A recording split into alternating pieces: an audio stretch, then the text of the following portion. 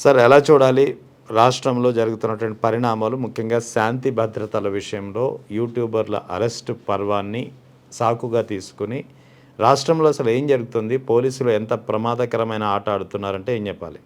నాకు హరిహరన్ గారు నెక్స్ట్ ఒక అస్సామీ సింగరు కలిపి ఒక ఒక పాట ఉంటుంది సార్. అందులో జీసస్ సేవ్ అవర్ కంట్రీ అని హే రామ్ అని వినే ఉంటారు మీరు.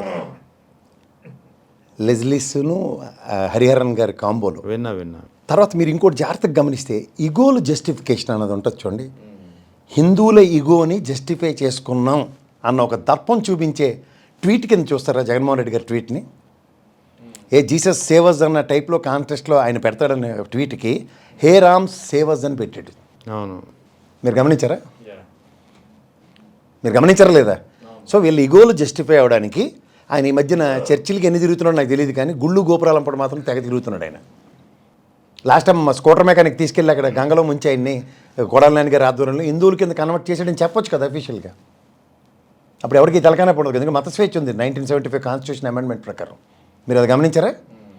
కానీ ఇక్కడ ఒక క్రిస్టియన్ దళిత క్రైస్తవుల మీద జరుగుతున్న సభ నేపథ్యంతో అన్న దగ్గర మీరు ఈ ట్వీట్ని పోలీసుల యొక్క ఇదన్నీ మీరు మాట్లాడుతున్నారు కదా.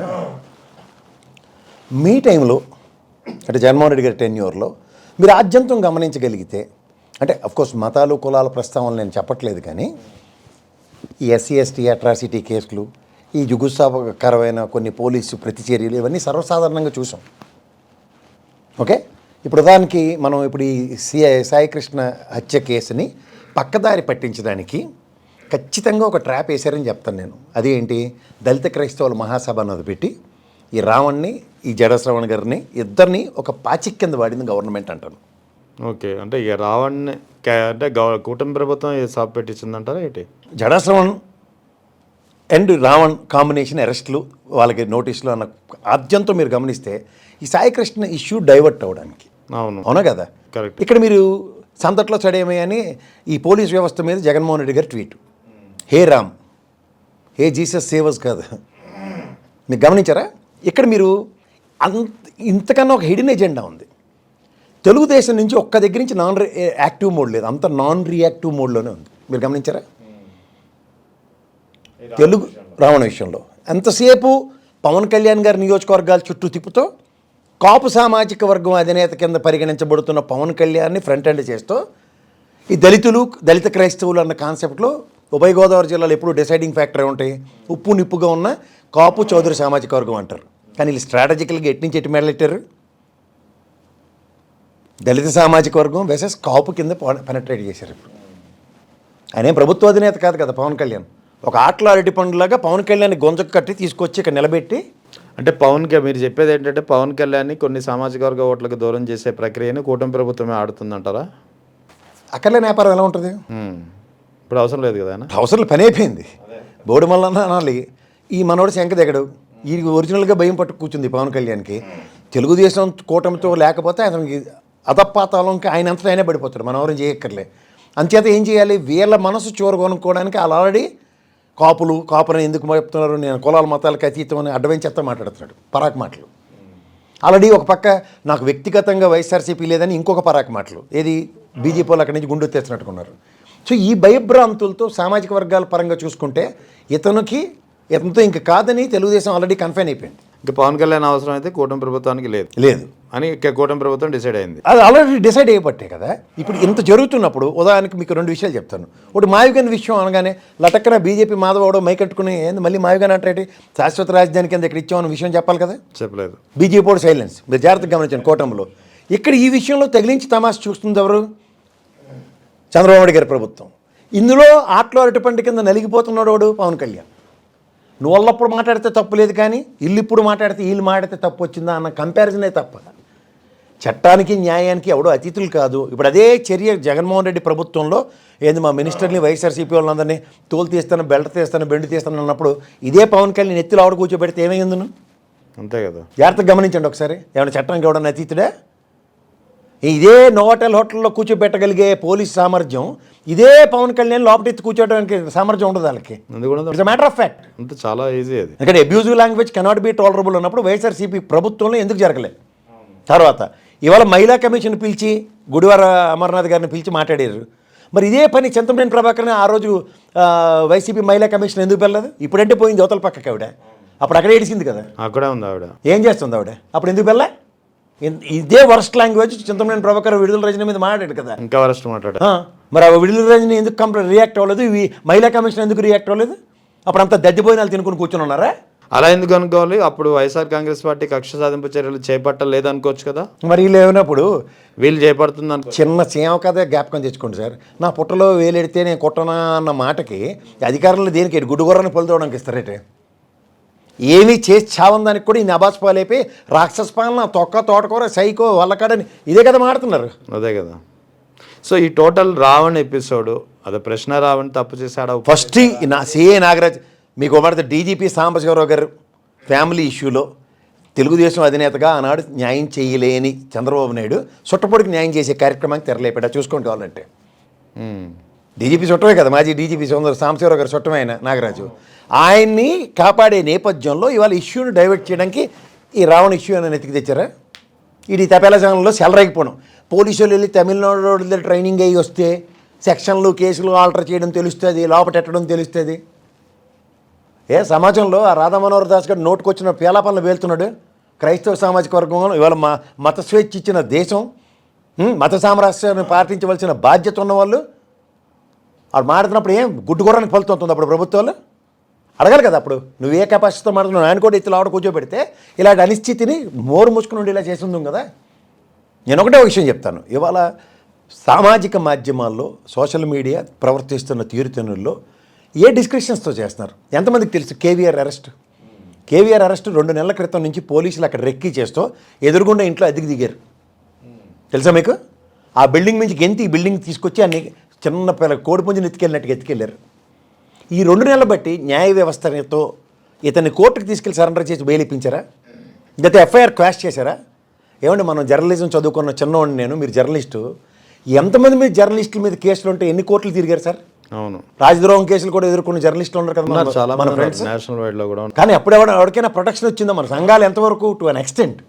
కానీ కోర్టుకు వెళ్ళి సరెండర్ అవ్వద్దని లేకపోతే పోలీసులు అరెస్ట్ చేస్తుంటే నిరసనలు గెరావులు చేయడమే కానీ చట్టపరమైన చర్యలకి ఏ రోజు జర్నలిస్టులు విఘాతాలు కలిగించలే కదా. లేదు. ఆ రోజు కూడా సంఘీభావాలు ప్రకటించడానికి వచ్చిన కేవీఆర్ గారు అందరూ ఏమన్నారు? 41A నోటీస్ ఇచ్చి తన తీసుకెళ్ళండి అన్నప్పుడు నువ్వు పార్టీ ఆచ్ఛేదన అన్న టైపులో కేవీఆర్కి బిల్డప్ ఇచ్చి నీ న్యాయ కోవిధులతో ఆ పని ఎందుకు చేయించలేపా? ప్రొటెక్షన్ ఇవ్వాలా అక్కర్లేదా? ఒకవేళ నువ్వు ఇవ్వలేదు, దాని కాన్సిక్వెన్సెస్ 14 రోజులు రిమైండ్ పడింది కదా విజయనగరం జిల్లాలో. ఇదే రావణ విషయం మాట్లాడదాం. వీళ్ళకి ఎవడో ఒకడు దన్ను ఉండబట్టే కదా ఇలా చెలరేగిపోతున్నారు. దన్ను ఎవడు? దన్ను లేనివాడు, దన్ను ఉన్నవాడు అది చేస్తున్న పనులు గమనించండి. వాళ్ళు నేను అన్ని పార్టీలకి అతీతంగా ఒక విషయం చెప్పదలుచుకున్నాను దండం పెట్టి. సోషల్ మీడియాలో ఎవరైనా సరే ఏం మాట్లాడుతున్నా సంయమనాలను పాటించండి. నువ్వు నాకు అనగొచ్చు, ఏంది భయ్ నువ్వు కూడా చాలా అగ్రెసివ్గా పళ్ళు కోరికి మాడతావు, కానీ నేను ఏ రోజు అబ్యూజివ్ లాంగ్వేజ్లు, వ్యక్తిగత విషయాల మీద దోషణలు, తర్వాత దేవుళ్ళ విషయంలో అనవసరమైన అసందర్భ పేలాపనలు, అది ఎవరు మాట్లాడినా ఖండించాల్సింది తప్పది. ఇది నేను ఇవాళ చెప్తున్నాను మీ అందరికీ కూడా 2 చేతులు ఎత్తి దయించి సంయమనాలు పాటించండి. రాజకీయ అవసరాల కోసం వాడేదో మన వచ్చి కాపాడేస్తాడని భ్రమంలో మీరు ఉండకండి. KVR is a live example for everyone. నిస్సహాయ స్థితిలో చిన్న పిల్లలు, వాళ్ళ భార్య కూడా చాలా చిన్న వయస్కురాలు, అతను కూడా చాలా చిన్న పిల్లడు. భావావేశాల ప్రకటనలో జరిగిన పొరపచ్చలకి ఇవాళ తీవ్ర పరిణామాలు కుటుంబాలు ఎదుర్కొంటాయి. మీరు ఈ రావణ విషయం కేవీఆర్ ఇలాంటివన్నీ ఏమనుకుంటారు? వాళ్ళు పర్సనల్గా వ్యంజంటాలు తీర్చుకోవడానికి ఒక రాజకీయ నాయకుడు ఆడుతున్న గేమ్ ఇది. అర్జున్ పవన్ కళ్యాణ్ ఒక్క మాటలో ఏదో ఒక్కసారి నేను అన్నాను ఆవేశానికి దానికి ఇంత కాన్సిక్వెన్సెస్ ఉంటాయా? తప్పించుకున్నాడు. అంటే ఆ విధంగా ఆ కాన్సిక్వెన్సెస్ని అట్రిబ్యూట్ చేసుకుని ఎవరికాడు మాట్లాడుతున్న వాళ్ళందరూ ఇవాళ యాంటీ సోషల్ ఎలిమెంట్స్ ఏ కూర్చుని ఉన్నారు. అవునా కదా? ఈ టోటల్ ఎపిసోడ్లో రావణ్ దళిత మహాసభ రావణ్ జడశ్రవణ కలిపి పెట్టడము, రావణ్ జడశ్రవణ కలిపి పెట్టలేదు, జడశ్రవణ మాత్రమే జడశ్రవణ పెట్టాడు, రావణ్ పాల్గొన్నాడు, ఇతర ప్రముఖులు చాలా మంది, నేను పాల్గొన్నాను, మీరు పాల్గొన్నారు. అప్పటి నుంచి చెలరేగినటువంటి ఈ అక్రమ కేసులు కావచ్చు, సక్రమ కేసులు కావచ్చు, మొత్తం జరుగుతున్నటువంటి వ్యవహారం కావచ్చు. దీన్ని కులాల మధ్య అంతరం పెంచే అంశంగా చూడాలా, పవన్ కళ్యాణ్ కొన్ని కులాల నుంచి దూరం చేసే ప్రయత్నంగా కూటమి ప్రభుత్వం ఆడుతున్న ఆటగా చూడాలా, లేదా మీరు ఇందాక చెప్పినట్టు సాయికృష్ణ ఎపిసోడ్ నుంచి టోటల్ డైవర్షన్ కోసం ఆడే డ్రామాగా చూడాలా? ఇది ఖచ్చితంగా చంద్రబాబు నాయుడు గారి గేమ్ కింద చెప్పాలి. ఎలాగా? ఇప్పుడు మీరు నిన్నటిదాకా మనం ఉభయ గోదావరి జిల్లాలు ఎప్పుడు ఎలక్షన్స్ డిసైడింగ్ ఫ్యాక్టరా కదా? ఇక్కడ డెఫినెట్ ఎప్పుడైనా సరే. ఇప్పుడు ఒక అంబిగ్యూటీ ఎలా ఉంది అక్కడ? చౌదరి, కాపు, రెడ్డి, దళితులు అన్ని తక్కువలేండి. కాపు, దళిత ఎక్కువ నేను కాదు. ఇప్పుడు ఇదే పవన్ కళ్యాణ్ ఆ దూరంపూడి చంద్రశేఖర్ రెడ్డి గారి మీద తొళ్ళగొట్టేసి మెల్లగొట్టేసి మెటమెటలాడిపోయినాడు. వాళ్ళు బాగానే ఉన్నారు. మీరు గమనించారా? ఇక్కడ కొత్తగా ఆవిష్కరించబడిన దళిత సామాజిక వర్గాన్ని కూడా ఇవాళ పాచిక్ కింద వాడారు. అంత విశ్వరూప్ గారు జరిగిన సంఘటనలు కూడా నేపథ్యాలు తీసుకోగలిగితే ఎవరైనా, ఇక్కడ మీరు ఒక ఇన్స్ట్రుమెంట్గా డిసైడింగ్గా చేస్తున్న కొన్ని సామాజిక వర్గాల్ని నాకు కాంతి ఎవరికి కానట్టుగా చేశారు. ఇప్పుడు చూడండి, జడశ్రవణ మాటతో కూడా చాలా సెన్సిటివ్ లైన్స్ వాడుతున్నాడు. దళిత క్రైస్తవులు ఉన్నప్పుడు జగన్మోహన్ రెడ్డి ఎందుకు రావట్లేదు? మీరు గమనించారా? అవును. ఇక్కడ మీరు మాట్లాడుతున్న టంగ్ ట్విస్టింగ్లో జాగ్రత్తగా గమనిస్తే కాపు సామాజిక వర్గానికి నెత్తి మీద కూర్చోబెట్టుకున్నట్టుగా కాపు సామాజిక వర్గం అనుకుంటున్న పవన్ కళ్యాణ్ ఇవాళ సీన్లోకి హీరో కింద ఎంటర్ అయిపోయాడు. సంబంధం లేకపోయినా ఎప్పుడు ఎలక్షన్స్ ముందు మాట్లాడిన మాటలు కొన్ని పరిగణలోకి తీసుకుంటే ఇవాళ పవన్ కళ్యాణ్ వెసెస్ రావణ్ అండ్ శ్రవణ్. నువ్వు మాట్లాడిన దానికి నీకు ఏం లేదు, నేను మాడితే ఎంత కష్టం వచ్చిందా? ఇక్కడ ఏ సామాజిక వర్గాలు? కాపు వర్సెస్ కమ్మ, దళిత. కాపు, దళిత అంటే ఇవాళ దాకా వాళ్ళు బాగానే ఉన్న దగ్గర ఇవాళ కొత్త ఫ్రిక్షన్ స్టార్ట్ అయింది. ఈ అన్సర్టనిటీలో గెయిన్ ఎవరికి? ఇప్పుడు మొన్నటిదాకా డిసైడింగ్ బెటర్ కదా ఉభయ గోదావరి జిల్లాలో. ఇప్పుడు పవన్ కళ్యాణ్ పోయినా ఓట్లు ఇష్టం చూడొచ్చు, కాకావేకలం అయిపోయినా ఎవరికి కావు, కన్సల్టేట్ అవుతావో కదా. ఈ స్ట్రాటజీని ఎన్నాళ్ళ ముందు ప్లే చేశాడు చూడండి ఆయన. అంటే వాళ్ళు ఇది ఎస్ఐఆర్ ఇంప్రూవ్డ్ వెర్షన్ అంటాను నేను, పొలిటికల్ స్ట్రాటజీగా చూసుకుంటే. ఒక ఎస్ఐఆర్ ప్రకారం కొంత సిక్కేస్తారు. ఇప్పుడు ఈ ఓటు బ్యాంక్ కన్సాలిడేట్ అయ్యే దగ్గర ఎలా చెక్కుతున్నారో చూడండి. ఇప్పుడు మీకు జగన్మోహన్ రెడ్డి గారిని మీరు చాలా గమనిస్తే, జాగ్రత్తగా గమనిస్తే, ఎన్డీఏ కూటమి వచ్చిన దగ్గర నుంచి గర్వంగా నేను క్రైస్తవుడిని చెప్పుకోలేని ఎస్ఐ స్థితికి తయారు చేశారు ఆయన. గమనించారు లేదా? ఏముంది, ఒక వర్గం సామాజిక వర్గం ఆయనకి వ్యతిరేకంగా పోలరైజ్ చేసే ప్రయత్నాలు చేస్తున్నారు కాబట్టి కదా ఆయనకు ఆ నిస్సహాయ స్థితి వస్తుంది. అట్లా ఎప్పుడైతే మీకు కన్సాలిడేట్ చేస్తున్నారో ఇవాళ ఆయన కూడా ట్వీట్లో హే రామ్ అన్న పదాన్ని వాడగలిగాడంటే ఇక్కడ మనోభావాలు, ఈగోలు జస్టిఫై అయ్యాయని అర్థం. మీకు అర్థమైందా? సో ఇక్కడ ఓవర్ యాక్షన్ అన్న దగ్గర ఈ రోజు దాకా కులాలకి మతాలకి అతీతంగా బతుకుతున్న మనందరం ఓ సూరుద్భావ వాతావరణంలో ఉన్న వాళ్ళని ఒక అన్సర్టనిటీని డ్రైవ్ చేస్తున్నాడు ఎవడు. అది గమనించగలిగితే ఎవడైనా సరే ఇక్కడ లేని వాడిని అనవసరంగా సీన్లోకి తీసుకొచ్చి ఏదో 4 యూట్యూబ్లు చేసుకునేవాడిని ఒక పార్టీకి రికగ్నేషన్ బ్రహ్మాండమైన స్థాయిలో లేని ఒక పార్టీని కూడా ఇవాళ ఒక ఉభయ గోదావరి జిల్లాలో ఈడ్చి కొడితే 10,000 మంది లోపునే వచ్చారు ఆ సభకు కూడా చెప్పాలంటే. అలాంటి వాళ్ళతో ఒక సిచ్యువేషన్ అట్రిబ్యూట్ చేసి ఒక అనిశ్చితిని డ్రైవ్ చేయడానికి ఎంత వెసులుబాటు వస్తుందో చూడండి. ఏం సాధిస్తున్నాం దీనివల్ల? చక్కగా ఈ Nagaraj CA issue, Saikrishna issue అలా మెల్లిగా టర్న్ అయింది. ఈ ఇష్యూ ఎక్కడికి వెళ్తుంది? కులాలు మతాల మధ్యకి డైవర్ట్ అయిపోయింది. సేఫ్ కదా ఈ ఇష్యూని వెళ్ళి జగన్మోహన్ రెడ్డి పట్టుకోగానే యాంటీ సోషల్ ఎలిమెంట్స్కి సపోర్ట్గా వెళ్తున్న జగన్మోహన్ రెడ్డి మళ్ళీ చూడండి అని మళ్ళీ స్టార్ట్ అవుతుంది క్యాంపెయిన్. వాళ్ళ తప్పు ఎక్కడ చెప్పుకోరు. అడవడో ఆయన దళిత సామాజిక వర్గం చేస్తున్న కుర్రాడు ఆత్మహత్య చేసి చచ్చిపోయాడు. అది డీజీపీ ఎంత కీ రోల్ ప్లే చేయాలి దాంట్లో. కీ రోల్ ప్లే చేసి దాని మీద ఇమీడియట్ యాక్షన్స్ కానీ ఏమీ లేకుండా ఒక నాగరాజ్ అనే ఒక బుడంకాయ సీఏని పక్కకి తెప్పిస్తూ ఆ ఎంక్వైరీ అంటే ఇంకా చెలరేగిపోయి నాకు మీద హత్యా ప్రయత్నం జరిగే ఛాన్స్ ఉంది, నా ఆత్మకి నా ప్రాణానికి హాని ఉందని కోర్టుల్లో మాడుతుంటే ఇంక ఈ దిక్కుమల ఎంక్వైరీ ఎక్కడికి వెళ్తుంది? హెవియస్ కార్పస్ పర్పస్ ఎక్కడ సర్వైవ్ అయిందండి? The purpose of habeas corpus petition ఎక్కడ సర్వైవ్ అయింది? నేను లాస్ట్ టైం కూడా మిమ్మల్ని అదే అడిగాను. హెవియస్ కార్పస్ పిటిషన్ అంటేనే దాని యొక్క గ్రావిటీ చాలా ఎక్కువ ఉంటుంది. వితిన్ 24 అవర్స్లో దానికి సంబంధించినటువంటి విచారణ ప్రక్రియ చేపట్టాలి.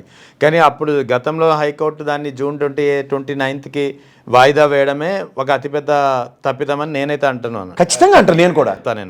ఎందుకంటే న్యాయస్థానం యొక్క తీర్పులు మనం ఆక్షేపించవచ్చు కానీ న్యాయమూర్తులను ఆక్షేపించకూడదు. కాబట్టి ఇక్కడ కంటెంప్ట్ ఆఫ్ కోర్ట్ అనేది ఉండకపోవచ్చు. సో రెండవది ఉన్నా లేకపోయినా habeas corpus petition 15th petition itself is a plea కదా, గ్రావిటీతో ఉన్నది. It is a plea to give my justice అని. అటువంటి 29 తర్వాత మళ్ళీ జూలై 15 15th postpone ఎక్కడికి పోతుంది? ఇది ఒక వ్యవస్థ గేమ్ చేస్తుంటే అలాంటి ఇప్పుడు ఈ హెబియస్ కార్పస్ లాంటి పిటిషన్లకు కూడా రేపొద్దున వాల్యూ ఉండదు. లేదు. మళ్ళీ ఇంక ముందన్న మీరు భ్రమలో ఉండకండి. ఎవరో మాట్లాడుతున్నారు, కాల్చి బూడిద చేసింది వ్యానిష్ అయిపోయిందని చెప్తున్నారు. అది వర్షం పడితే పోలీస్ స్టేషన్ పైన టెర్రస్ల మీద వర్షం పడితే ఆ టెర్రస్లో బూడిద ఉంది, బొక్కలు ఉన్నాయి, తొక్కలు ఉన్నాయని మాట్లాడుతున్నారు కదా. ఏముంటాయండి అవి? ఏమైనా అర్థం ఉందా వాడికైనా? ఆ లాజిక్కైనా? అవును. నాకు ప్రైమరీ కన్స్ట్రైన్ ఈ ఇష్యూని డైవర్ట్ చేయడానికి ఇంత పెద్ద ఇష్యూని ఎందుకు తీసుకొచ్చి ముడిపెడుతున్నారు? ప్రశాంతంగా ఉన్న ఉభయ గోదావరి జిల్లాలో సింపుల్గా మీరు అన్నట్టు సింపుల్గా ఒక సభ పెట్టారు ఏలూరులో, ఆ సభ ముగిసిపోతుంది, ఎవరిళ్ళకి వాళ్ళు వెళ్ళిపోయారు. అక్కడితో ముగించాల్సిన చాప్టర్ని వారం రోజుల నుంచి ఒక రావణ కష్టంలో తీసుకొచ్చారు. దీనికి బ్యాన్ బిహైండ్ ఎవరు? సింపుల్గా ఆలోచించండి. ఒక ఇష్యూని డైవర్ట్ చేయడానికి ఇంకొక ఇష్యూతో ప్రజల్లో ఏదో ఒక అంబిగ్యూటీ, ఒక అన్సర్టనిటీ, ఏదో జరిగిపోతుంది. ఒక యాంటీ సోషల్ ఎలిమెంట్ని అరెస్ట్ చేయకపోతే ప్రపంచం తెరబడిపోద్ది. ఆ కసబ్ గారిని అరెస్ట్ అప్పుడు కూడా నాకు తెలిసి నేషనల్ మీడియా కూడా వీళ్ళు ఎంత ఓవర్ యాక్షన్ చేసి ఉండరులేండి. ఇప్పుడు పైపించి ఇప్పుడు రాజద్రోహం కేసు కూడా నమోదు చేశారని తెలుస్తుంది. ఏదైనా చేస్తారు సార్. రాజద్రోహం కేసులో ఎటువంటి కేసులకి నమోదు చేస్తారు అసలు? ఏదైనా అవుతుంది. నాకు తెలిసిన ఒక వాసుదేవ్ అనే జర్నలిస్ట్ ఉన్నాడు, అతని మీద రాజద్రోహం కేసు పెట్టలేదా? అవును, గతంలో. ఏమి జర్నలిస్టులు రాజద్రోహం కేసులు ఏముంటాయి? వరవరరావు గారు వీళ్ళందరి మీద రాజద్రోహం కేసులే కదా. మీరు ఒకటే చెప్తున్నాను సార్, ఒక ఇండివిజువల్ ఏ కెపాసిటీలో అయినా పోలీస్ వ్యవస్థతో కానీ న్యాయ వ్యవస్థతో కానీ ఏమీ చేయలేరు. ఈ విషయం ప్రజలు గ్రహించాలి ఫస్ట్. అదే నా విన్నపం కూడా. మీ జేబులో ఇంత గంజాయి ప్యాకెట్ పెడితే ఏం చేయగలరా మీరు? లేదు, ఏం చేయలేరు. ఎవరో పెడలరు, అంతే కదా. అంతే. సినిమాల్లో చూసి నేర్చుకోరా? సినిమాలు చూస్తారు కదా మమ్మల్ని, మా ప్రాణాలు తినేయడానికి. దిక్కుమార్ ఫ్యాన్స్ అని చేస్తారు కదా, బుర్రవాడండి. ఏం పవన్ కళ్యాణ్ అంత ఇమిటేట్ చేసిన రావణ్ గారు అప్పుడే గ్రహించలేపాడా మర్మం? అధికారంతో కొట్టాడు. అధికారం లేనప్పుడు అందరూ మామూలే. అధికారంతో కొడితే ఏం చేయగలుగుతున్నాడు? జడా శ్రవణ్ జడ్జి, ఆయన మాజీ జడ్జి, ఏం చేయగలుగుతాడు? న్యాయవాది జడ్జి ఏం చేయగలుగుతున్నాడు? వాదించుకుని బెయిల్ తెచ్చుకోవడం కదా, ప్రొసీజరల్గానే వెళ్తున్నాడా? అంతకుమించి ఏం చేయగలరు? ఒకటో కోర్టు బెయిల్ ఇచ్చిందండి, రెండో కోర్టు కూడా ఇచ్చింది కాబట్టి మిగిలిన 3-4 బెయిల్కి మీ ఇద్దరు రాక్కర్లేదు, బెయిల్ ఇచ్చేయండి, బయటకు వచ్చేయండి అని ఫోన్ చేసి చెప్తున్నాడు మెజిస్ట్రేట్కి. అయినా చచ్చినట్టు ప్రొసీజరల్ డ్రివెనే కదా. 4 బెయిల్ తెచ్చాడు, 5వ తోవలో చెక్ పోస్ట్ దగ్గర ఎత్తుకెళ్ళిపోయారు. ఏం చేయగలిగాడు శ్రవణం? మైక్ పట్టుకుని లబోదిబో తప్ప ఇంకేం చేయగలిగాడు ఎవడైనా? చెప్పండి.